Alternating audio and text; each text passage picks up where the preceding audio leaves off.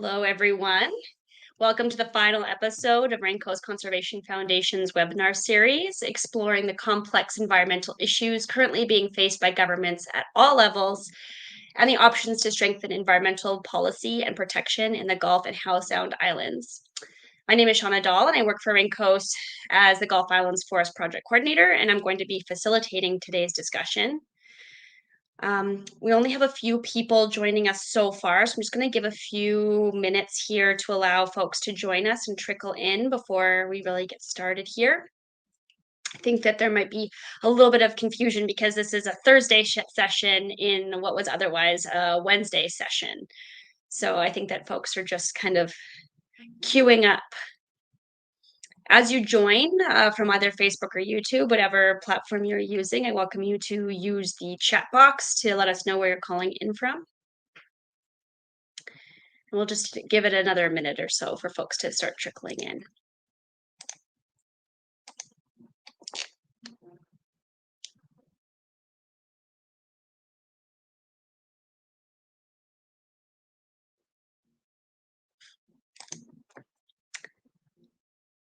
Oh, I see that our numbers are going up.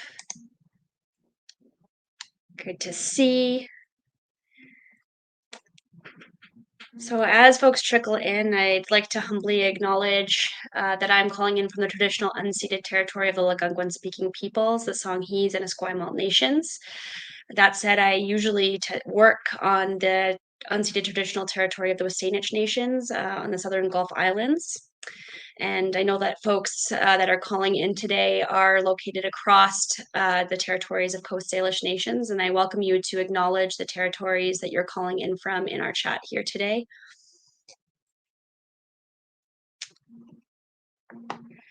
And if you've been tuning in along with our webinars over the last several weeks, you know that folks are calling in from Facebook and YouTube, as I said earlier.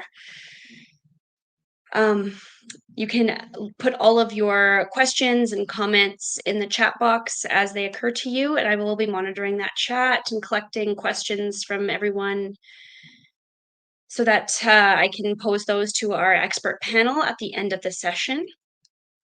So please be sure to share all of your thoughts with us so that we can share them with our presenters. In previous sessions, we have done a small question period with each expert at the end of their presentation. But this time we have some tight time constraints for our presenters. So we're going to just transition quickly between each presenter and then save all questions for the very end. I'm getting a comment here that there's no comments from Facebook live stream. If someone else, I've seen 2 comments coming in from Facebook, so I'm thinking that that function is working. So for that person who shared that comment, thanks for that feedback, but it does seem like it's working for some other folks.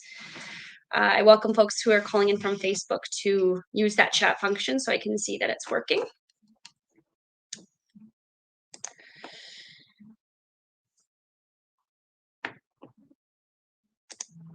Okay. So just to ground everyone in this presentation, this is the final episode in our webinar series, as I said earlier, which has been contributed to by an incredibly knowledgeable community of scientists and local knowledge holders. It's the culmination of weeks of learning, and today we will spend some time reimagining the current policy framework through a lens of equitable environmental protection and we'll also explore some strategies and possibilities for making environmental protection policy stronger. In the aftermath of COP26 and its many unmet expectations, it's abundantly clear that we need to start acting locally and model climate leadership by protecting British Columbia's natural carbon sinks and natural ecosystems such as forests and wetlands. So, like I said before, we've got some very busy panel of participants here today, and so a couple of those folks are running late.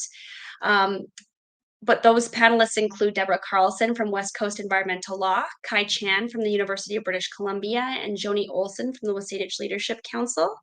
Originally, Deb was going to be our first presenter, but I'm hoping that maybe Kai will step in and present first. I'm seeing him nodding along below me here, so I'm going to get Kai to open us up with his presentation. So I'm going to invite Kai into the broadcast now. I'm just going to read off your bio, Kai, so folks know where you're coming from. Kai is a professor at the Institute for Resources, Environment, and Sustainability at the University of British Columbia. Kai is an interdisciplinary, problem oriented sustainability scientist trained in ecology, policy, and ethics from Princeton and Stanford universities. He strives to understand how social ecological systems can be transformed to be both better and wilder. Kai leads Chan's Lab, connecting human and natural systems, and is co-founder of Cosphere, a community of small planet heroes, of which Raincoast has become one recently. He has a number of other accolades, and I encourage you to explore his lab's page to hear more about his exciting work. And with that said, I'm going to share Kai's screen and leave it to you, Kai, to take it away. Wonderful. Thank you so much, Shauna, and for organizing this really important event. I uh, I have never presented on this platform before, so this is really fun. I hope that this is working and that you'll let me know if it isn't.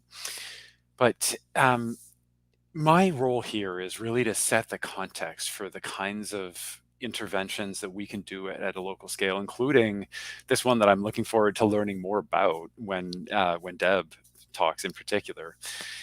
So we're really putting this work in the context of what we're seeing, not just here in the province, but also more globally. So in the summer, we all experienced this heat dome that saw temperature records set in many places in the province, including the Canada-wide record set 3 days in a row in um, Lytton. And then, the day after that 49.6-degree record was set, Lytton caught fire. We know this, right? We also then lived through the smoke that just blanketed much of the continent over much of the summer, coming and going as the winds changed their directions. We also witnessed the death of billions of sea creatures. It's just one example of how ecosystems are also affected directly by that heat stress, which just, these creatures had no place to go when the temperatures got way up below what they normally get when the tides were out and these animals were exposed to the air. Now, months later, we're suffering from yet another climate related disaster.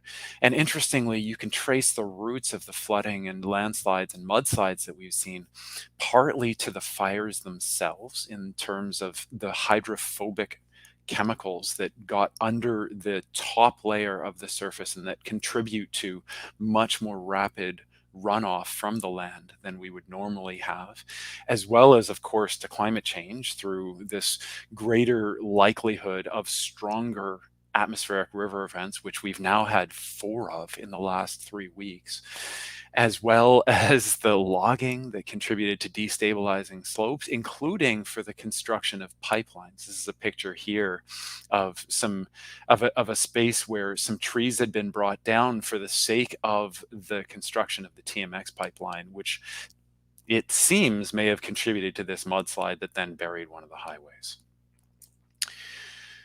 And this is not just about us. It's not just about, populations of sea creatures. It's also part of a much broader phenomenon that sees up to 1 million species at risk of extinction due to human activities. And this was the message of the IPBES global assessment. That's IPBES, IPBES, for the Intergovernmental Platform on Biodiversity and Ecosystem Services. The global assessment, when it came out in May of 2019, was followed by this massive swell of media in 49 languages, over 8,000 sites online, 25 plus thousand articles just in the first 3 weeks, which meant that almost everybody would have seen this news multiple times just online, not even counting radio, TV, and newspapers, so purely print media. Following that, we saw a rise in attention to this combined ecological and climate crisis that really fueled so much more awareness about how these concepts are linked. So the global assessment was the largest and most authoritative report of its kind, and I want to tell you a little bit about that. The million species at risk of extinction comes from an analysis of all the different taxa and levels of threat for species within those groups, including accounting for those species that are not where we don't have data. So those are the gray species here. It's not just about the species, it's also about ecosystem services, nature's contributions to people, including, as one of the most obvious examples, animal pollination of crops, which is 91 of 107 leading global crop types, which, if you were to value that market mediated service, is worth 235 to 577 billion dollars per year. That's a huge amount. And the team at the Global Assessment took stock of how these contributions to people are doing. And what they found was that they're either in steep decline or in a variable decline across places. The few little pieces of good news are almost entirely actually measures of human manipulation of ecosystems rather than the integrity of ecosystems themselves. So percentage of land planted for crops and biofuels. So it's no surprise, given all of that, that humanity was not on track for meeting the biodiversity targets and did not do that, and is not on track for meeting the UN Sustainable Development Goals. But what we wanted to understand in the 5th chapter of the assessment was, how might we actually achieve that vision of the UN Sustainable Development Goals, even if late? What does that world look like, and how do we get there from here? And that entailed a divvying up of the problem into 6 different foci, which are represented on this figure here, which are internally about more than just one goal, more than one SDG, and that actually also have interactions between them. So, for example, the team looked at solutions to feeding humanity from terrestrial agriculture without unduly degrading nature there. And some of the solutions that they found there were what are called sustainable intensification, which involves the large-scale input of pesticides and fertilizers and irrigation onto land in order to spare land for elsewhere. And while those strategies seem to be effective for just that focus, what we found was that it actually undermined some of these other ones, including maintaining fresh water for nature and people, and then even also coming all the way down into the oceans and coasts, where they undermine seagrass meadows and kelp forests and coral reefs and the rest. So these systems are intimately connected, and what that means then, and what we discovered through an extensive set of literature reviews, is that in order to enable the changes in what we call the direct drivers, so the production systems and conservation and restoration, that it actually seemed to require a set of interventions, governance interventions, and we had 5 different levers there, and in particular at 8 different points of leverage within global social and ecological systems. I'm not going to talk about each of these, but I am just going to note that although some of them seem really simple and straightforward, some of them are actually much more contentious than you might realize. And also, there's a lot more than is able to be conveyed in just a few words.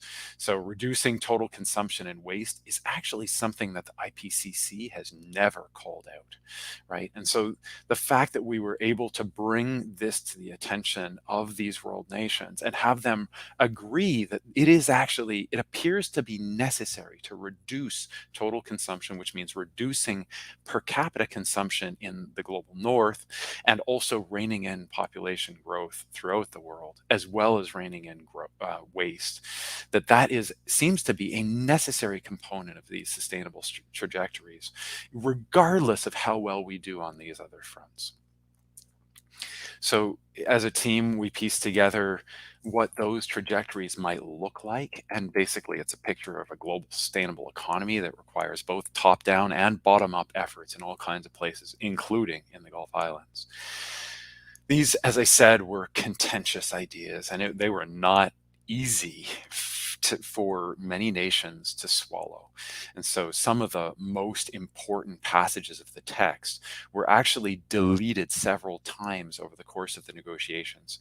What many of you possibly don't realize is that the summary for policymakers is actually a document that is written with the nations over the course of a multi-day negotiation. So it was 4 days from 8 o'clock in the morning till past midnight, and past 3 a.m. actually on the final day. And here's a rare moment of me smiling when we rescued this really pivotal text after its 3rd deletion. So that sets us up to recognize that there are massive obstacles standing in the way of these sustainable trajectories. And what it's going to require is a combination of place-based efforts to remake institutions, and that involves several of the leverage points, and that I'm really looking forward to hearing Deb's comments about that. But I just want to say one other piece here that it so many groups are doing great work towards these objectives of transformative change and sustainable trajectories. But we're working for the most part separately. And what really seems to be needed is to bring science together as a meeting place for so many of these well-intentioned efforts, so that so many of these groups are not don't have their work dismissed as if it's a special interest kind of thing, that they benefit selfishly from these kinds of interventions. And so here at UBC, we're launching this initiative that's called Cosphere. Stands for a community of small planet heroes. Our vision is for humanity to become nature positive, actively supporting a sustainable future in which people live in harmony with nature, by making it easy, enjoyable, and empowering for people to initiate and support transformative change towards sustainable practices and societies. It involves helping people understand how these various efforts fit in with the levers and leverage points, and what else needs to happen in order for that to ripple out more broadly. It involves helping people to understand that what they've been asked to do thus far in the environmental movement has almost exclusively been private actions. These are voting on small initiatives. It includes buying differently, including organic and fair trade, electric vehicles. It means composting and recycling and conserving water and all the rest of that. But in all of those private actions, we're just a drop in the bucket of 8 billion human beings on this planet. And so these other two kinds of actions are ones that actually have ripple effects that can really spur transformative change. And in fact, that is where transformative change is not possible without a whole bunch of people taking these actions of signaling what they find appropriate or necessary or abhorrent in social contexts, as well as working directly on changing the institutions locally, regionally, nationally, or internationally. One really important component of that, in terms of addressing that total consumption leverage point, is helping people to understand that a good life does not need to entail, in fact, is not even really consistent for millions and millions of us, let alone billions, with the idea that seems so popular in terms of inextricably intertwined with the way that we measure progress, for example, through GDP as a measure of national progress. We seem to be under the impression that a good life is a life like this, where you fly to your own private island on your own private plane. And the truth is that that level of a life of luxury and leisure is only compatible with ecological degradation, where we price natural capital at free, and indeed the same kind of social exploitation and even slave labor in some cases. So what we hope to do is to make it possible for people to engage in the kinds of actions that resonate with them locally, in terms of the values that they adhere to, without having these years of feeling completely alone, as Greta had when she sparked the Fridays for Future movement. So to wrap up, we need deep change for climate, for life on Earth, for us. And the evolution of institutions is absolutely fundamental to that, including of our local institutions like the Islands Trust. And we'd love for you to join us at Cosphere. It's super easy to join. Takes just a couple of seconds if you log in through Google or Facebook or whatever else. And discover what we hope are helpful resources there, and a community of like-minded folks pushing for this transformative change. So with that, I will wrap up, and look forward to the presentations to come. Thank you so much for that, Kai. That was wonderful. I am going to hand it over to the next presenter. I think I will we were going to maybe have a change of order, but I don't see Joni on her device right now. So I think I will give it over to Deborah. So Kai, I'm just going to take you off the broadcast for now and add Deborah. Hi, Deborah. Thanks for joining us. Hey. Hi, Shauna. Thanks for the opportunity to be here. And hi, Kai. Nice to see you. And really great presentation. Yeah, totally. I don't see your presentation here Oh, anymore. So if you want to share your screen again, and I'll just read off your bio while you do that. Deb is a staff lawyer at West Coast Environmental Law for the Green Communities program. She works with communities in British Columbia to support stewardship of land and water for community and ecosystem health, including ecosystem-based measures to adapt to climate change. The work involves understanding the legacy of colonial development, including regulatory gaps and failures in existing Canadian Crown law, and supporting new approaches to regulation and management at landscape scales in ways that uphold Indigenous laws and authority and constitutionally protected title and rights. And so here is your presentation, and I will just leave the screen and leave it over to you. Great. Thanks, Shauna. Thanks so much for the opportunity to be here today virtually with everyone on the call. I'm actually here at home in my basement, and apologies in advance because my neighbor's doing some work next door, and it might be in the background a little bit sometimes. And my home is here on the north shore of Burrard Inlet on the shared and unceded and ancestral territories of the Squamish, Tsleil-Waututh, and Musqueam peoples. And I'm always very grateful to be here in this beautiful place as an uninvited guest, but working and living here with my family. So I guess what you were hoping to have me speak about was ecological governance from a legal perspective, and I'll try to do that. Although I also wanted to just kind of set up the context of where we are, because I think, as you can see from Kai's very inspiring presentation, there's a lot of content to add to, particularly to the way Crown laws are operating in the places where we are, and also many opportunities and responsibilities to go forward now in a good way that recognizes, fully recognizes and upholds Indigenous jurisdiction and Indigenous living laws and legal traditions on the territories where we all live. And particularly, we're talking today about the Islands Trust area. Deb, just to let you know, we're not seeing presenter view. We're seeing kind of like the editing mode of your slideshow. Because So, I'm seeing a presenter view. So if you click, I can see the button presenter view at the top. I wonder what's happening there. Sorry about this, folks. Just a few little technical hiccups.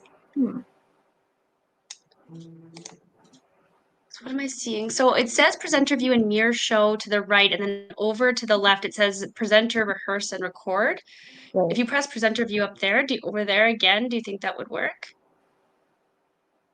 No.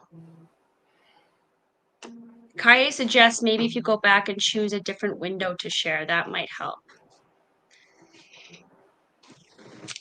Right, but then I won't have a window with the presentation. That's true. Alex, if you can hear us, he says you could have both. Kai is helping to troubleshoot from behind the scenes, folks. It's very helpful.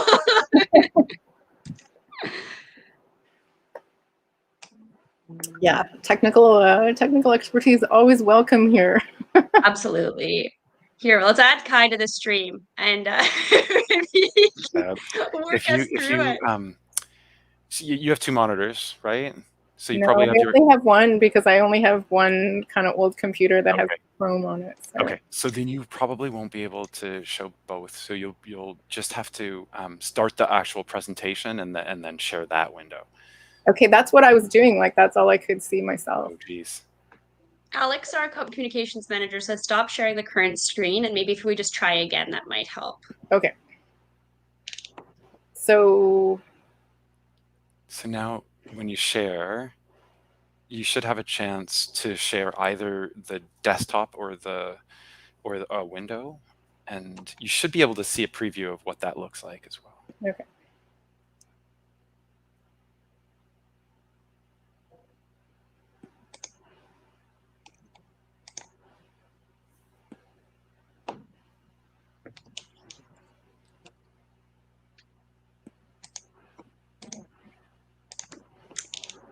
Not seeing it just yet. Oh, here we go. But it's still in the editing view. Is it still now in the editing view? It is, yeah. Because I just did the screen. Can you maybe go down to the bottom left, the third icon from the left, that one? What happens if you hit that one? Still nothing. Yeah, still nothing. Oh, Yes. So last week, this happened to a couple of folks, and they just sent me their slides, and I presented the slides for them. So if that feels like it could be a solution, maybe we could just hop over to Joni and let her do her presentation, and then we can sort out your slides and get you to start again, Deb. I know that's a little inconvenient, but that could be a solution. Or we could just like have you have your talking notes. Yeah, I'll happily do that if that works for Joni. Alternatively, if you click through, like it is an editing view in our view, but if you clicked through like the deck of slides, we might be able to see them, but I don't know if you're seeing the same thing that we're seeing. Do you see a second slide? Oh, I do. So maybe just if you could do it that way, then we still see the editing view, but we can get the content from your slides. Okay, if that's okay, that works. Probably the Let's most do that. I think I'll try and get sounds good. Let's do that. Okay, I'm just gonna before remove. I head off, Deb, maybe you can also just like pull down the thing so that we can see more of the slides, and then collapse the ribbon at the top by hitting slideshow. You know, the editing. Yeah. So maybe I shouldn't. But where it says along the top where it says home, themes, tables, you can collapse that if you just hit on slideshow right now. There we go. Yeah, that's better. That's perfect. Awesome. Okay, so I'll kick me and Kai off the broadcast and leave it to Deb. Thanks, Deb. Oh, went for bearing with me and my technological challenges here. But yeah, so hoping to explore ecological governance here today. And I put ecological governance ... question mark because I think it's even like a question, like we have to fill that in. And I'm actually happy that I got to go after Kai, because I think it was important to start the conversation thinking about what we want to see, rather than saying what are the kind of, in some cases, clunky tools that we have, particularly in our colonial crown law governance framework. And how do we best use them? I really think it's much more effective to start with thinking about what we want to accomplish and how we want to change things. And I guess that aligns with where I work, West Coast Environmental Law. We are a not-for-profit environmental organization. We're mostly lawyers with some comms and development and admin staff. We've been around for more than 40 years, and we're really interested in laws that safeguard the environment, and also laws that and working with law in a way that upholds our commitments that we now have this formal expression of them in the United Nations Declaration on the Rights of Indigenous Peoples. So also interested in solutions that kind of bridge between these two overlapping legal landscapes, but recognizing that they do coexist, and they both are very much alive here for us. So I work on the Green Communities program, and we've done quite a bit of work in past years thinking about what it means to live in urban areas and try to reconnect with the nature that we are a part of, and recognize those relationships, and especially what does that mean in a changing climate where definitely some of the issues are really coming to the forefront. So in terms of the Islands Trust Act, I want to just give a kind of a quick overview now, which is pretty dry compared to some of the exciting and compelling ideas that Kai has put forward. But just to have us have this in mind, this set of rules that we work with, and what some of the opportunities might be. So in the Islands Trust area, we have a governance framework that, of course, is established by statute by the Islands Trust Act. And so it's a provincial statute, so it reflects responsibilities and powers that can be delegated by the province under our constitution and the division of powers. So that's where it comes from. And it has this very interesting feature that's quite distinct from other provincial legislation that gives local governments power, and that, of course, you're all aware, is the Islands Trust Policy Object.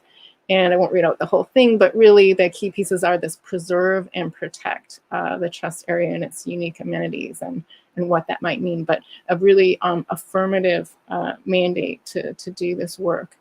And what's not there, however, in this definition is anything when they're talking about cooperating, doesn't mention Indigenous nations. And of course, whether or not it says in this, in this object, in this piece of legislation, in the small provision, whether or not there should be cooperation with Indigenous nations. Nonetheless, Indigenous nations are here, and their rights and title are protected in Crown law in the Constitution, but also inherent jurisdiction exists independently of recognition in Crown laws and still apply.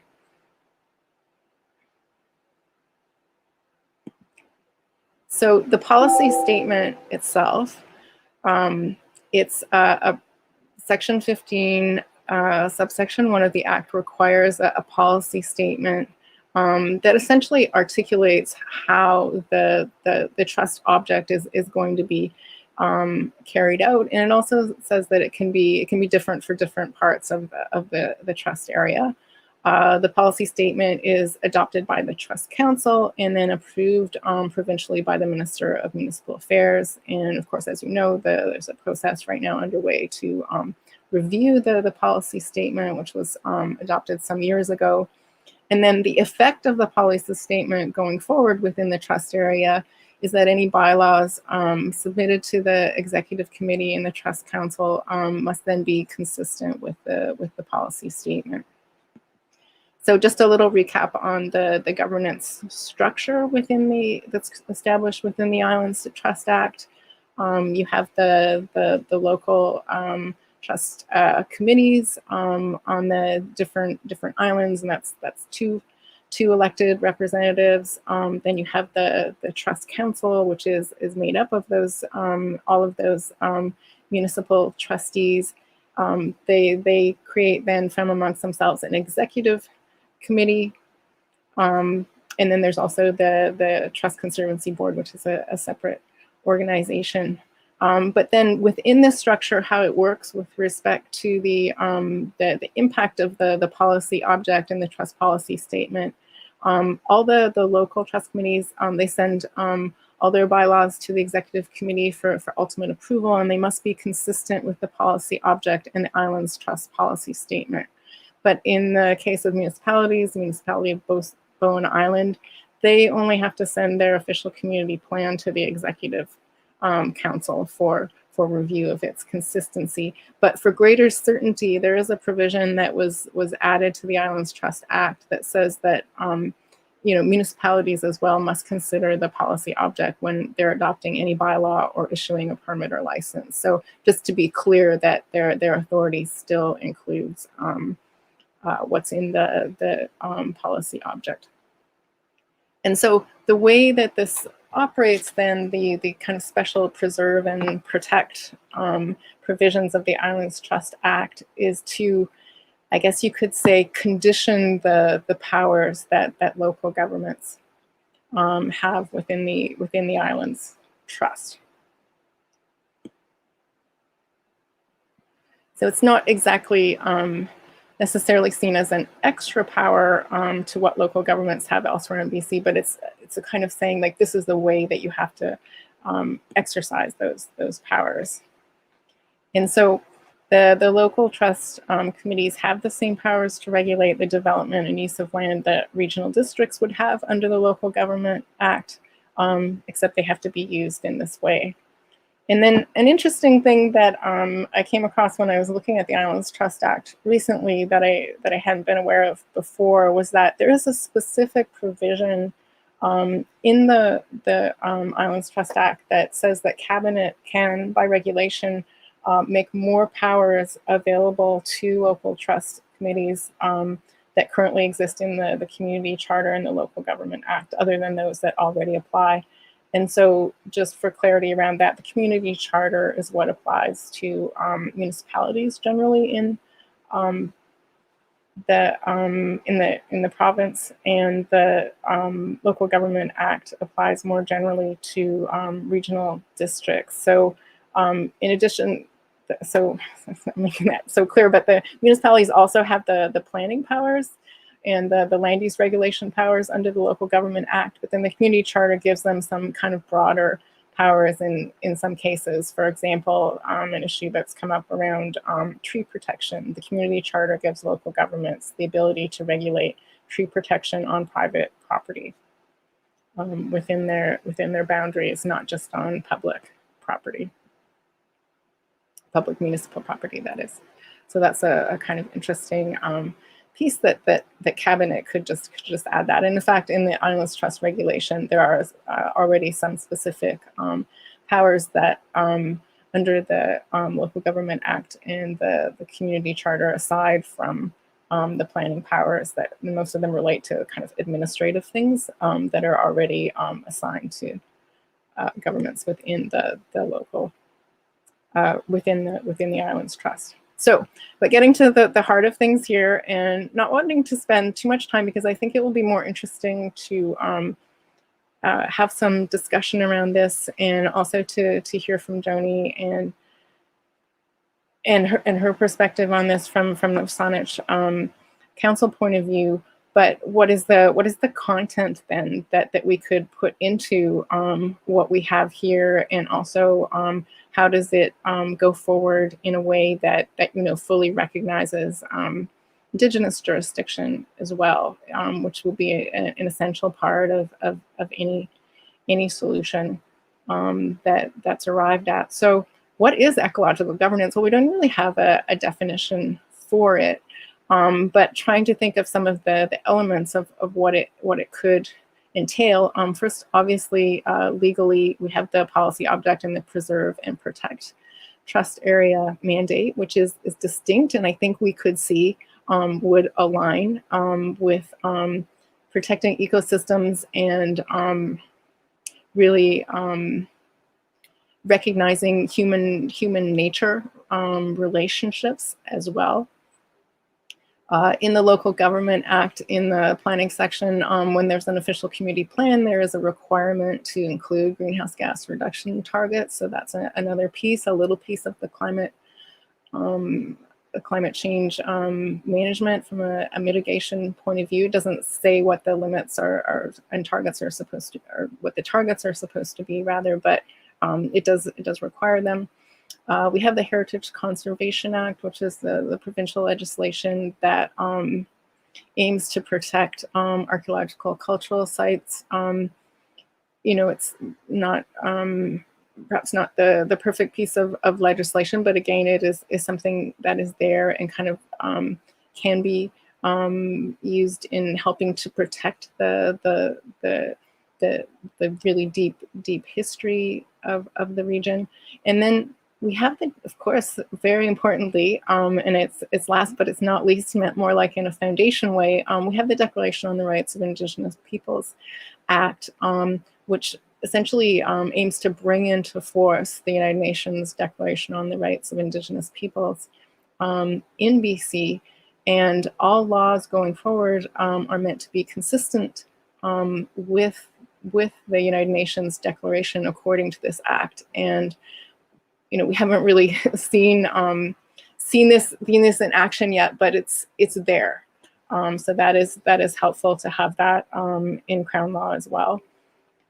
What's missing on the Crown side in terms of thinking about ecological governance? Well, there's provincial authority under the Constitution that hasn't been delegated within the trust area related to the management of forest activities, forestry regulation. There are others, and then also on the federal side, federal powers related to fisheries navigation and a number of other things that they're very relevant for the trust area. So there's always going to be this bundle of things from a Crown point of view that aren't part of the picture. And then what's needed to bring these legal requirements to life? Well, first of all, we really need to have a good understanding of what the ecosystems that we're depending on, what they need in order to thrive, and that includes what they need in order to thrive in a changing climate that we are bringing about through our human actions. And then, and Kai touched on this as well, we need some agreement that we're going to manage and limit human activities appropriately. And I think there are a lot of ways that we could do this through the existing powers under the Islands Trust Act, for example, but we would need a collective political and social will to do so. And then underlying everything, we really need collaboration and respectful coexistence. And so we need relationship building, and we need to all work together and come up with a way that we're gonna live together well for the long term. So those are the kind of introductory comments that I have, and I'm happy to pass it back over now to you, Shauna, and to hear from Joni. Thanks so much, Deb. I'm just going to stop sharing that screen, and I'll remove you from the broadcast for now while I introduce Joni Olsen. So I'm just pulling up. There you are, Joni. Hello. I'm just going to quickly read your bio so folks know who they're hearing from. Joni Olsen is a policy and negotiations analyst for the Wasanish Leadership Council. She strongly believes in the principles and values of the Wasanish culture and Indigenous rights in title, their treaties, and working towards implementation and structural change. Joni has been an elected councillor for the Tsartlip First Nation for 14 years and has a major from the University of Victoria in political science and double minor in Indigenous and environmental studies. So she is currently halfway through her master's degree in public administration. Her goal is to create structural change in government, organizations, communities, and society. She's working on creating policies and building relationships that are guided by Wasanish values that educate, create opportunity, and remove barriers, and that fundamentally change the system in which we live. Joni's favorite part of her work is listening to the words of the Wasanish people and taking it to create new policy and design new opportunities. Although this is followed by difficult, slow negotiations, this challenge is her other favorite aspect. So, Joni, do you have a slideshow to share, or are you just talking? I didn't. I don't have one. I could have put one together. I didn't think that was an opportunity, but that's okay. I actually have to excuse myself at 1 p.m. also, so Right. I'll have plenty to say. I'm sorry. I'm in negotiations this afternoon, and I'm on a coworker's computer because mine wouldn't take the form in which we're using today, unfortunately. So. It's probably best that you have are just speaking then, because of all of the technical issues anyway. Right. So I'll try and I'll fit leave it to as you. much as I possibly can. Thanks, Shauna. Sure, of course. So I work for an organization called the Wasanish Leadership Council, and it's an organization that was brought together by the local Wasanish nations, I think about 3 years ago now, so that we could get together on common issues. So our individual bands often are looking at issues that are on reserve, and it takes a lot of capacity in order to understand and be able to manage those issues. And it seems like the ever sort of increasing demand of government consultation or organized consultation or external sort of organizing the needs of external organizations were something that was very difficult and not very well funded or provided capacity for small First Nations to be able to manage those things, such as referrals coming in or treaty negotiations or that kind of thing. So the Wasanish Leadership Council has mandates from each topics that we have the mandate to discuss on behalf of the nations. And one of them recently that has come up is looking at and reviewing official community plans with local municipalities or area plans or with the CRD. And so it came to be probably about a year ago now that the Islands Trust was reviewing their policy statement and wanted some Indigenous perspective, or because it, it doesn't seem like too long ago that these documents were created, or even like the Gulf Islands National Marine Conservation Area, which is another one of our files, had written their policy, but they seem to be very outdated in terms of Indigenous perspective and Indigenous rights or Indigenous titles. So our organization, we work with committees, so community committees. We have numbers of them. I don't even know, but we have a language committee, an elders committee, a harvesting committee, an environmental committee. We're just putting together a youth committee. And then we've got a technical advisory committee. So when we're reviewing these documents, it's not just myself or my co-worker, Justin Fritz. We often fine-tooth comb these documents with our committees, who recently are getting kind of exhausted of doing it. So the first one that we had a chance to look at was the Cordova Bay Local Area Plan. That was the first document that was brought to us. And they really, moving through that document, it's got all the same types of inner workings as other local area plans or policy statements in order to sort of care for land and look at, how to manage the resources and such, and how to sort of integrate Indigenous culture and history into those places. So we put a lot of effort into the Cordova Bay Area Plan. And then MODIS, organization that's working with Central Saanich, North Saanich, and Sydney, came to us, and we did the same thing with their document. We also worked with a local organization on putting together a bioregional framework for the Saanich Peninsula. So looking at and identifying sort of issues within sort of the environment in our local area. What I have found is a lot of the areas that Saanich people are most interested in these policies is upgrading protection of the environment. So, I mean, as much as it is as recognition of Indigenous culture, a lot of that has to do and is very closely related to the environment. So I brought a story with me today that my Uncle John often tells, and it's the creation story of the islands, which we call Tlatlayachus. So the creator paddled over to the east side of Sayot village and found himself some shiny black stones, and they're really round, smooth stones. You can still find them today. And he threw them into the water, and nothing happened. And he threw the second stone onto the out of the water, and grew a mountain out of the stone. I don't tell it as well as my uncle, by the way. He filled his basket with more shiny stones and went up to the top of this mountain that was just created. And the people followed him up to the top of that mountain, where there was a rock-faced cliff on the mountain. Once he was there, he threw more shiny stones around, and more mountains came to be. When he was finished with that work, he grabbed one of the Husainich people, and one by one, he threw the Husainich people out into the straits. And as he was tossing them out, he said, "Quanta things slipped checha, quanta things checha." Look at our relatives. Look after your relatives. Look after your relatives. And as he threw them out into the straits, and they landed in the straits, and they became those islands, and the islands were there to look after the people. What these islands are now called are the Gulf and San Juan Islands. But they were our ancestors that got changed by the Creator into the islands. And when he was done tossing out them into the straits, he turned to the remainder of the people and said, and you will look after your relatives of the deep. These are the directions, and these are the directions that the Husainich relatives are actually what we consider Husainich laws. These are the kind of things that the Husainich people speak about with respect to natural laws for Husainich people, and beliefs and laws are the same. The beliefs and law systems are the same.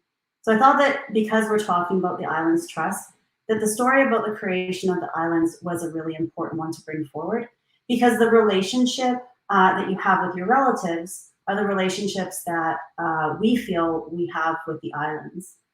And the Kusanich people have numbers of reserve lands out in the islands.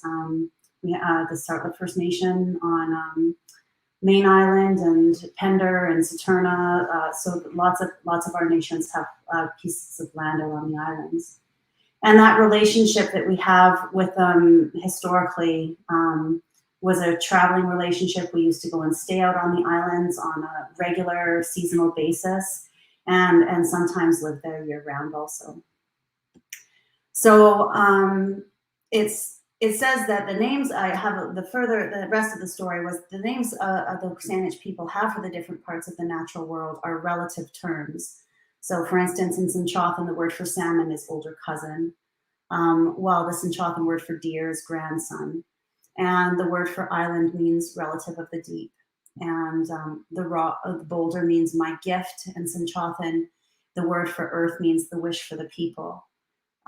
So these stories of how things came to be often contain the teachings or the laws that became the natural laws that derived from the teachings. And I thought that was really sort of a relevant thing to go on to say. So when we are looking at our relationship with the Gulf Islands National Park Reserve, so that's another thing, or the proposed National Marine Conservation Area, the First Nations people, the Kusanich people who are Douglas Treaty signatories, feel like part of what was cut off was our relationship of care to those places and being on those places. And we were working towards recreating those relationships through different means, of course, of today. And one of those means is to be looking at the governance structures over top of those lands to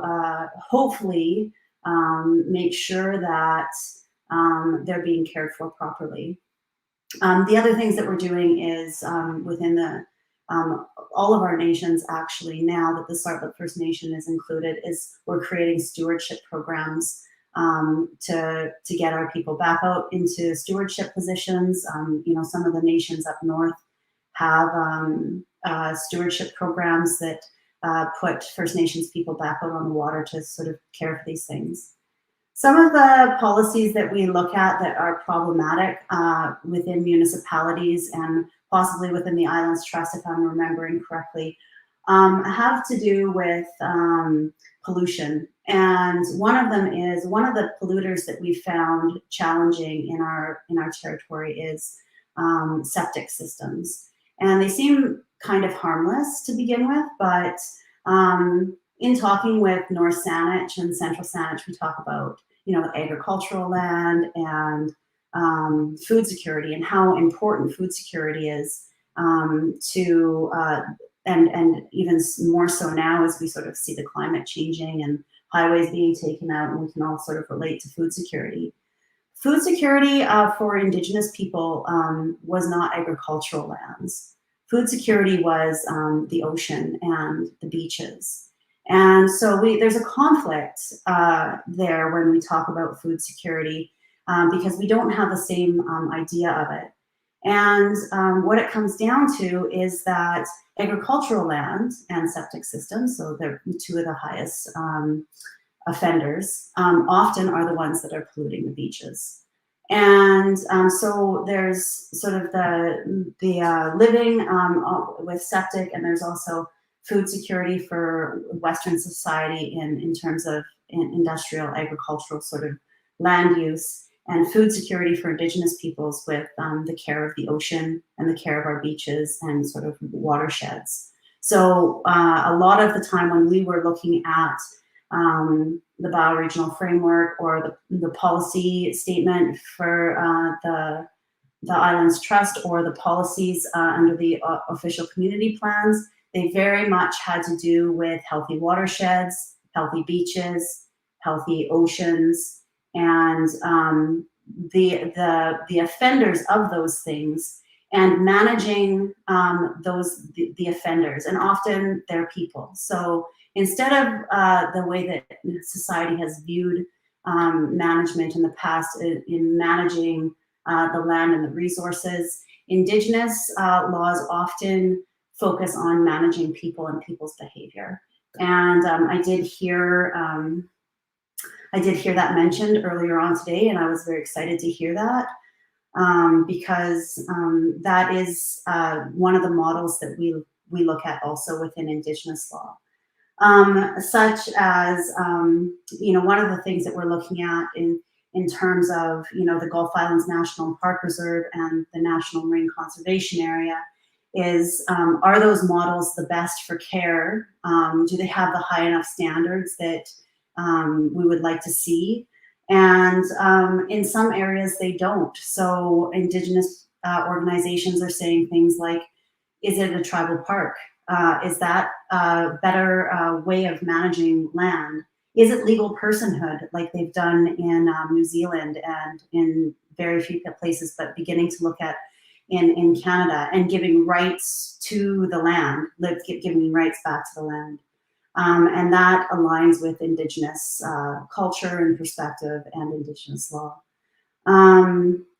So I think that I touched on a few of the things that the Kusanich Leadership Council has been doing in terms of looking at how we can incorporate Indigenous perspective into policy structures for that, that structural change that we all talk about that we need.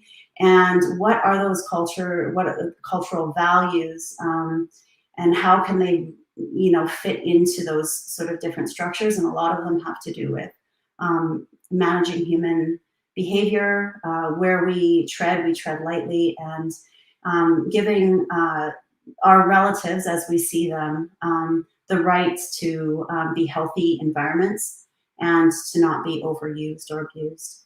And I'm sorry, I'm 3 minutes away from having to leave, so I think that I will end there. And if you have any questions for me, Shauna has my email. I'm unfortunately missing the question period, which is my favorite time usually. I'm very open to all sorts of questions, so I'll just leave that there for now. And thank you, Shauna, for inviting me. Thank you so much for being here, Joni. I'm sorry you can't join for the question period. But I'm going to add Kai and Deborah back to the stream. And if you have a couple of minutes to stay, Joni, feel free. I know you have to leave right at 1, so cut me off if I keep you too long. So we have a couple of really good questions, and I guess maybe I'll pose one to Joni just while we still have you here. Do you have time for one? Yeah. One. Okay. So yesterday, the Islands Trust had a council meeting, and a community member from Sayout called in during the town hall to encourage the trustees to engage in meaningful action with the nations. And I'm just wondering, in your view, where does that action start? What does it mean to fully involve the nations in the decision making within the Islands Trust, in your view? Incorporating our into decision making with the Islands Trust. I mean, other organizations that we're working with are looking at liaison positions. They're looking at actually having Indigenous people sit at the tables so that they have representation there. I mean, that would be a great start. Islands Trust has representatives from each of the islands. We have property on each of those islands. We have interest in the islands. So I think that that's the most basic answer that I can get. Incorporating some of our ideas or recommendations that we've made in the Islands Trust policy statement, is a second one. So I think that just two really quick answers that, seem really simple, but, they take some political will to get that, because Indigenous people taking up space is not often welcome. So although they seem very simple, they're actually quite large requests. Indigenous representation on the board structure, and possibly a liaison position so that they have capacity to build as issues come up, to be able to talk with nations on a more regular basis and have a little bit more inclusion. So Thank you, and I'm Awesome. sorry that I have to leave. Okay, thank you so much for being here. Thanks for making the time, Joni. Hishka.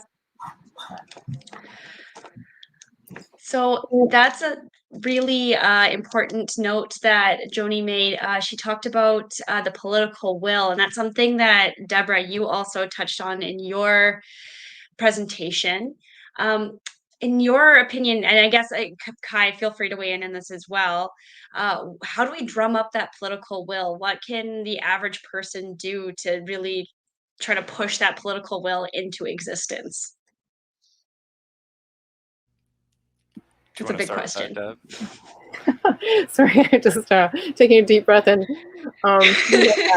yeah, that's the big question, and certainly, I mean, I guess there's a sort of tactical things you can think of, and maybe that is helpful. Joni gave some very concrete ideas just there, and I think that might be a good place to start. I mean, so the first piece of that, of course, is listening. Listening a lot, and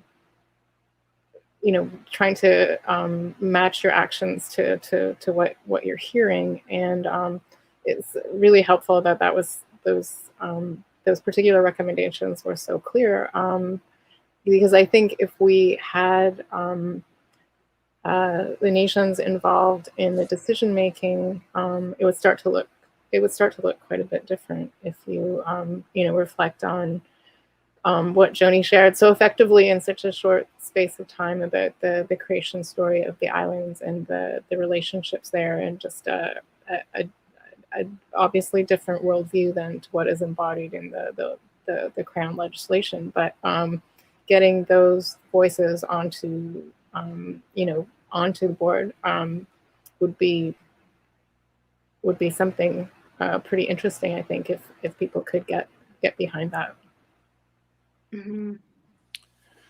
Yeah, I have so much I want to say on this. I mean, in terms of the political will piece, I think that we need to put pressure and build a movement, right? Like, and that's what my presentation was aimed to be oriented towards, right? Like, so many people realize now that climate change is hitting us so hard and in so many ways, and so many unexpected ways. And I think, there's that moment where you realize that, and that is a pretty terrifying moment, right? If you don't feel that the current systems are sufficient to meet that challenge. And to be honest, I think that's how we should all be feeling, right? Because indeed, like, the best available science that we have is actually saying that, right? That the systems that we have are not sufficient for managing our way out of this problem. And so what it does seem to require is us coming together and to saying that, like, we need to have this scale of change, this, like, fundamental kind of system change that involves reworking the governance at every scale. And you can start anywhere, right? You could start locally, and you might as well, and just not accepting no for an answer, and telling, and and I think that means conversations with politicians where you basically let them know what it is that you're expecting, and you let them know that you're not giving your vote away unless they do that, right? This is not like the kind of like bait and switch kind of phenomenon that we saw with, for example, in 2015 with Justin Trudeau and electoral reform, where lots of people were like, okay, well, I'll vote for Justin Trudeau if he's going to bring about the electoral reform that he promised. Like, no, that we need to be clear that this is what it's going to take, and then to build a movement where you talk to others about that, and you're not shy about it, right? And it doesn't have to be a partisan thing. It shouldn't be associated with any one party. Any of the parties could get involved in this movement, right? And that should be much broader than that. And so, I think it means talking with our neighbors. It means getting active. It means stating our values and our priorities really clearly, and being just like unabashed about that. I also wanted to just say that I think that, if you look at the levers and leverage points, I wish that Joni were here for this conversation, but there are actually several pieces that I think where bringing an Indigenous perspective is entirely consistent with those levers and leverage points that came through this, both science and local knowledge based assessment that was in the global assessment. It involves fully representing that relational nature, right? The worldview where we're not separate from these islands. They're not like just the place that we live. They're actually, they're in a sense our relations, right? And that is really fundamental, I think, to enable that reality to be reflected in our governance systems. And that's just one of a whole bunch of examples that we could go through if we wanted to take the time. That's a great answer. And I think that both of your answers really demonstrate how all of these different issues we've been exploring through these webinars, including forest protection, water protection, are all colliding into this webinar where it's like, how do we come together to protect these places? And I think that the thing that you said about nonpartisanship, Kai, really feeds into what you were saying earlier about how Cosphere is working to bring people together, and so that people aren't just seen as these like niche special interest groups, but like this is a larger movement of something that we all need to be caring about and being active in pursuing a change for. Yeah, so great answers in short. We've had a couple other questions come in. One of them was from directed towards Deb. Our listener asks, what happens when a local trust committee makes a decision that's contrary to Island's trust policy? It's a little bit of a switch of gears from the last question. Yeah. Essentially, they get a second. Oops, am I on mute? Yeah. Essentially, they get a second kick at the can. They can ask for a re-review. Like, I guess it just got my little chart there. I won't actually. I won't try and share my screen again. That'll waste some time. But essentially, they get it. They can have it reviewed again. Ultimately, it can't be accepted. They have to hit that hurdle, right? So. Right. And I guess who are the ones that hold them? Maybe there was a remedy with the courts, but right. And who holds them accountable to those decisions? So it's the executive council and the local trust committee, or not? Sorry, not the local trust committee. The big committee. Yeah. Sorry, I was trying to make it clear for the listeners because they didn't have all the local trust areas. Yeah. Sorry, I think we're having a bit of a delay, folks, in between our two microphones. So a couple other questions here. This one is directed mostly at Kai, but I think that, Deborah, you can also weigh in. Recently, I saw a tweet from US-based climate scientist Peter Kalmus, who tweeted, every policy decision that humanity takes from this point on, from the local to the international scale, should include careful assessment on whether it accelerates or slows climate change and ecological breakdown. In your opinion, like, what does this assessment of decision making look like on the ground? What are some policy tools that could be put into place or decisions that could be made to make this a kind of standard practice that governments are reviewing their policies through this lens? Yeah, I mean, it should be part of the climate emergency declaration, really, right? Mm-hmm. Like, I mean, what is an emergency if not something that requires that every decision that we make be oriented partly around that reality, right? And so, I'd be keen to hear what Deb has to say, because I don't know what that looks like, right? In terms of like, what is the actual law that requires that? But in my mind, it should be part and parcel to that, and absolutely, it's not an easy thing to do, right? And there are going to be some legitimate debates about individual policies and how they do move in that direction, in part because there are multiple possible trajectories, but they do share an awful lot of commonality, right? And so one thing that many of the nations were confused about at first with the global assessment is that the levers and leverage points, at first, I think they thought that they were like a bevy of options. It was like, you could do this or you could do that, or, and what we tried to make really clear, and I hope it's clear now, is that they're actually not a set of options. They're a set of things that appear all to be necessary for those sustainable pathways. And so what that means then is that, you could use them in that way. It's like, are you moving in the right direction with respect to levers and leverage points? Which, for example, the first of the levers is about reforming our incentive structures. It means changing the existing set of subsidies, most of which are promoting the extraction of natural resources and the expansion of production in ways that we know have negative environmental and social externalities. And we can clearly measure the extent to which they are doing that, and the extent to which policy reform takes us away from that reality towards one that actually encourages the kinds of the internalization and the positive externalities. So, absolutely, we could evaluate every law and policy through that lens, and that would be a start of making sure that we're pointing in the right direction. Mm-hmm. Deb, do you have anything you want to add to that?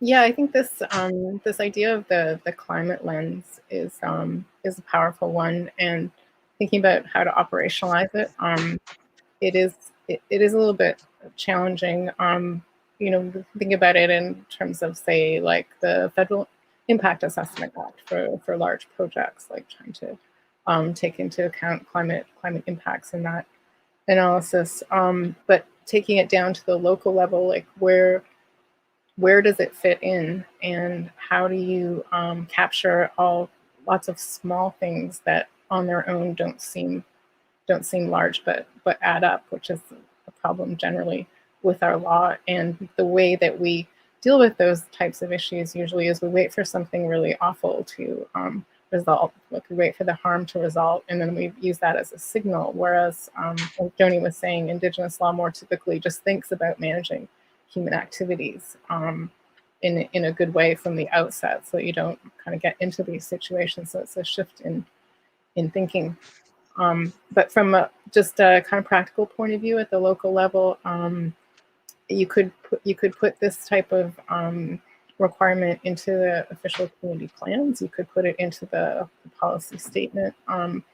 There would be then, latitude in how it's applied, but it would offer that guidance. And I think you have to give some thought maybe to how it works on a cumulative basis. But you have to be paying attention. Like, you have to be monitoring the impact. So if you're thinking that you want to have this apply to land use, well, you have to be clear about the impacts that different land uses are having from a climate perspective. Like, you have to tie it to knowing what's going on the land and the water. And again, this is something that we can definitely learn from Indigenous laws and practices, because it's based on really deep and refined knowledge of land and water. And Joni also mentioned, she had, as I said, she had so many things in such a short presentation that were so valuable. But talking about stewardship programs and having Indigenous people out monitoring and keeping track of what's going on, and that could fit very well together with a having policy and regulatory tools that are reliant on having that knowledge. So you can picture how you could bring it all together. Mm-hmm. This all really goes back. I had another webinar with Joni's brother, Adam Olsen, and he talked a lot about like the piecemeal approaches that colonial structures tend to take to these kinds of problems. And there's another knowledge holder that I spoke to, who spoke about how conservation organizations tend to do restoration focusing on one species at a time. First, they remove the Daphne, and then they do the broom, and then they do the ivy, and then they plant. And it's the same kind of like piecemeal approach, because we break it down into these kinds of smaller pieces. But it seems that coming from the Indigenous lens, there's a more comprehensive and holistic way to look at the entire system to create that culture of care that we're talking about. That's a little bit of a tangent that came into mind while you were speaking, Deb. But getting back into the weeds a little bit, going to back to what you said, Deb, about OCPs, I had a question just come in that said, what can we islanders do to ensure our OCPs aim to protect ecosystems from overdevelopment? For example, forest fragmentation, and are not minimized as simply guidelines by trust staff and others. So how can they make their OCPs more actionable to protect ecosystems, basically? Do you have any suggestions? Well, yeah, I mean, it always comes down, I think, if you're trying to make it actionable, making it making it as specific as you can. And how do citizens do that? Which is another layer of that question. Well, you have to be in a situation basically where the OCP is being reviewed and updated, but they are meant to be updated every 5 years, so there should be an opportunity to do that, but to get into those processes and try and work on finding really specific things for particular places. And this also goes back to the idea, I think, that Kai was talking about as well, of limits. And we're all needing to accept limits and not have that be such a negative idea that, you know, that just unlimited everything is always somehow possible. We're going to squeeze it in. But saying, well, you know, what do we really need? What do we value? And it makes me think of like my son in elementary school, and they had, you know, some class on what do you want and what do you need. Like trying to ourselves put those lessons into practice. But again, trying to be quite specific, because the more specific you can get, the more more helpful it is, let's put it that way, when those who are making regulatory decisions have to make those decisions. And also it guides what kind of information you get in order to make the decisions. Mm-hmm. Yeah, I remember actually doing that exercise also in elementary school, and that's something that keeps coming up since the COP sessions, is how these transitions to electric cars and these kinds of other transitions that are being suggested aren't really enough. It's not so much that we can continue to live the lifestyle that we're living and have less emissions. Like, that's not going to have the impact we need. We need to have a more holistic kind of transition towards maybe needing a little bit less than what we think we need. Kai, I see you nodding along. I wonder if you have something to add. Totally. I absolutely do. I love this conversation about needs and wants, and I think it is so pertinent. You know, as a bit of a tangent, I was watching this Netflix explained about sugar yesterday, and you know, and they went through this like history of sugar and all the different kinds of artificial sweeteners and sugar-like products that people have invented to try to enable people to enjoy more of the benefits of sweetness, right, without the downsides. And my wife and I were sitting there watching it, and we were like, you know, it's amazing because we cut sugar out like 90-something% out of our diets a few years ago, and also our daughters, right? And what we found was that when, first of all, we didn't need it, and moreover, once we had purged it out of the daily life, then we no longer felt like we needed it, nor did we want it. And this wasn't just the two of us, it's also our daughters. So, you know, our daughters freely gave away all of their Halloween candy this year, you know, and they were happy to receive some dark chocolate. And you know, it's just like, for me, that really wraps up the fact that like when you get back to really focusing on what you really do need for a good life, then you actually realize that some of the desires that you had, some of the things that you actually wanted, are actually not useful. They weren't actually contributing to a better life. They're actually inconsistent with that. And that the best way to have reasonable desires that you can satisfy are to scale back and really question those. And you know, and so now actually we get a lot of pleasure out of the little bits of sugar that we have, you know, and it's like 5 to 10% what we used to have. So we haven't purged it entirely. And I think that the same thing could be so true societally with all kinds of different wants and needs. Totally. That's a great metaphor. I attended a workshop earlier today about storytelling, and I think the chocolate and the sugar is a great metaphor for this overall conversation. Um, a question just came in about climate change mitigation and how it doesn't seem to be being brought into land use decision making on a local government scale. The audience member that asked this question was specific to the land trust local trust committee. But I think that this applies to local governments in general. Like, what can we do to make climate change mitigation kind of a given in decision making. I guess this kind of feeds into a lot of the things we've already been talking about. But I wonder if there's this question drums up any further thoughts. Yeah, I'll just say a few things, but then maybe Kai has some like specific ideas. I don't know if that's maybe what the question is getting to, like what are the ways that we can do this. I was just thinking, sorry, about and this is already, I guess, the islands, of course, are quite, that's a confined space, and just trying to use the space very respectfully. We're not really looking, obviously, for densification on the islands the way that we are in other urbanized areas of the province, but managing compact communities and managing the impacts on the land through choices about land use and zoning, and the way that the land is. I feel like, if I say the way the land is developed, I'm almost like buying into it, because it's just like this idea that's continually like pressure to develop more. So there's inherent even in my description is a flaw, I think. But anyway, I'll pass it to Kai. Yeah, and there are so many ways that we could talk about that.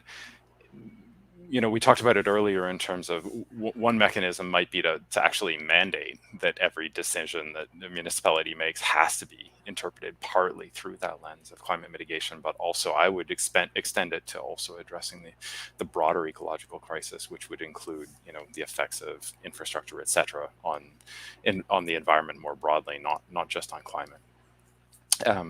But then, when you think more broadly about the kinds of things that municipalities can do that would be better from a climate mitigation perspective, it's just like the list is so long. There are so many possibilities, and including ones that I think lots of people don't really think about. And so, I think there's a pretty tremendous potential for carbon storage and sequestration in the oceans and in the sea, the Salish Sea, and there are some things that we can do on from where we are and in the Gulf Islands to enhance that.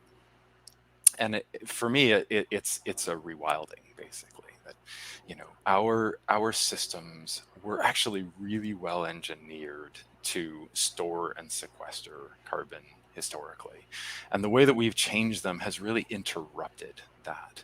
And so it seems clear that having brought back sea otters to kelp forest ecosystems has helped them to store and sequester more carbon. Now, it hasn't had a humongous effect in those systems. And arguably, I would say, because there are still some really important missing players in those systems, right? And so now we had a paper come out earlier this year that was led by Cameron Bullen and involved a bunch of people in my lab group that was examining the possibilities that might come about from returning sea cows as well. So lots of people don't even, don't really know what sea cows are, don't realize that they used to be off the BC coast. Kelp forests actually co-evolved with sea cows. They were the main grazer of kelp forests. And so when people had brought, we had sea otters imposed, in fact, that's basically how it happened with many of the coastal communities on them. Lots of us sitting from afar, not in those coastal communities, thought, oh yeah, that's great. These systems are being returned to their, prehistoric state. But they're not, right? Because the sea cows are still themselves missing, and they were the primary force of disturbance. And we had 6 different hypotheses in this paper as to how sea cows could have restructured these systems in order to, as one really important point, to remove the zero-sum game dynamics between sea otters and shellfish. So at the moment, sea otters prey upon shellfish, and it seems like the only way to have a bountiful shellfish harvest, and even like resilient shellfish populations, is basically to control or cull sea otters. And some of the hypotheses that we've been working through in terms of what sea cows actually would have done just naturally are that they would have enabled that happy coexistence, or would have had healthier populations of shellfish, even with sea otters being present. And you know, and it seems like sea cows likely would have boosted the production of kelps, actually, which seems counterintuitive to lots of people, as well as the cycling of those nutrients, which would have gone both towards likely boosting the production of other species like filter feeders, bivalves, etc., as well as also having more of those nutrients get sequestered into, you know, into the deep of the ocean, where it would help to mitigate climate change. So, you know, I personally think we need to be thinking big, and we need to be thinking bold, and we need to be thinking about bringing ecosystems along with us on this journey, because they did this well, right? They stored and sequestered carbon historically, and the kinds of systems that we have left today are just a shadow of their former self. But by rewilding them, potentially we can really reinvigorate those processes. To clarify, when you say sea cows, are you meaning manatees? No, so yeah, let me expand. Sea cows, stellar sea cows, are a cold-blooded Okay. species in the same family of Right. serenids, like manatees and dugongs, but they're much bigger, right? Or were much Wow. bigger. They're extinct now. So whereas dugongs and manatees get to, you know, about 3 meters, the stellar sea cows got to about 9 meters long. So they Wow. were just absolutely humongous creatures, which made them, and they were slow moving, and so made them very vulnerable to predation, which is almost certainly how they were extirpated and then driven to extinction. Deborah, did you have something to add? Yeah, I just wanted to add really quickly. Thanks, Kai. You were reminding me as well. I mean, the mandate of the Islands Trust Act, of course, is this. The policy object is preserve and protect. And so, what does that mean when we already have significantly, and I mean through the colonization, we have significantly degraded ecosystems? Like, I do think it's open for an interpretation that, and that we need this interpretation, whether we can get it through that law or not, but about rehabilitating and where possible, restoring the ecosystems that have been degraded. And I think we also need that as a standard, although it's not usually something that's taken on by, say, local governments. But it's important because when we think we're just preserving, we're always not. Like, we're always allowing like quite a bit of slippage and degradation within what we think is preserving. Like, there's quite a bit of uncertainty, and we need a really big buffer. And so I think we need to aim for the standard to be restoration and rehabilitation. And then it also made me think of what you were describing as well, and just the perceptions and the different stories that we learn in our time about the shifting baselines. Idea from Dr. Polly that we are, we're just kind of like sometimes stuck in what we see as being, well, we'll just stop here and it will be okay.